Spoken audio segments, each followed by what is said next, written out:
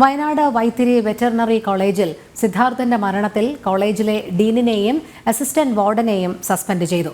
കാരണം കാണിക്കൽ നോട്ടീസിലെ വിശദീകരണം തൃപ്തികരമല്ലെന്നും ഇവർ സ്ഥാനത്ത് തുടർന്നാൽ അന്വേഷണത്തെ ബാധിക്കുമെന്നും ചൂണ്ടിക്കാട്ടിയായിരുന്നു സസ്പെൻഷൻ. അതേസമയം സഹപാഠികളുടെ മർദ്ദനത്തിനിരയായ ശേഷം ജീവനൊടുക്കിയ സിദ്ധാർത്ഥന് മുൻപും മർദ്ദനമേറ്റിരുന്നതായി പോസ്റ്റ്മോർട്ടം റിപ്പോർട്ടിൽ പറയുന്നു. സിദ്ധാർത്ഥന്റെ മരണം അറിഞ്ഞതിനു പിന്നാലെ വിഷയത്തിൽ ഇടപെട്ടുവെന്നും എല്ലാം നിയമപരമായി ചെയ്തുവെന്നുമാണ് ഡീനും അസിസ്റ്റന്റ് വാർഡനും വിശദീകരണം നൽകിയത്. സിദ്ധാർത്ഥന്റെ പോസ്റ്റ്മോർട്ടം അടക്കമുള്ള നടപടികൾക്ക് നേരിട്ട് പോവുകയും അതിനുശേഷം ഹോസ്റ്റൽ വിദ്യാർത്ഥികളുമായി സംസാരിക്കുകയും ചെയ്തെന്ന് മറുപടിയിൽ സൂചിപ്പിച്ചിരുന്നു.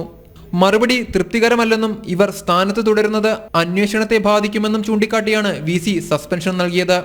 അതേസമയം മർദ്ദനത്തിനിരയായ ശേഷം ജീവനൊടുക്കിയ സിദ്ധാർത്ഥന് മുൻപും മർദ്ദനമേറ്റിരുന്നതായി പോസ്റ്റ്മോർട്ടം റിപ്പോർട്ടിൽ ചൂണ്ടിക്കാട്ടുന്നു.